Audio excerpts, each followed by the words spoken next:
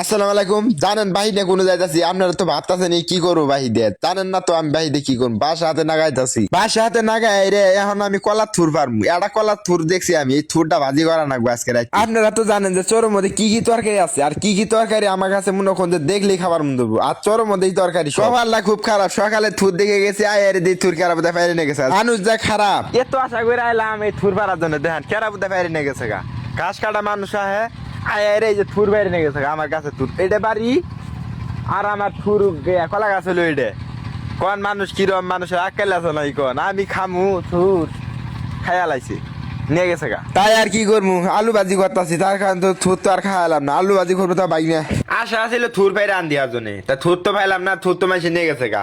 এলে কিন্তু বাইক না আলু ভাজি করছে, তা কত সুন্দর হয়েছে আলু ভাজি, কালারটা কিরম আছে দেখছেন, আর এলে হুটকি মাছ ভর্তা, আর কি আর তো কিছু না, আর কতটি ধনিয়া পাতা, এই ধনিয়া পাতা তো 3-4 দিন লাগবো খাইতে।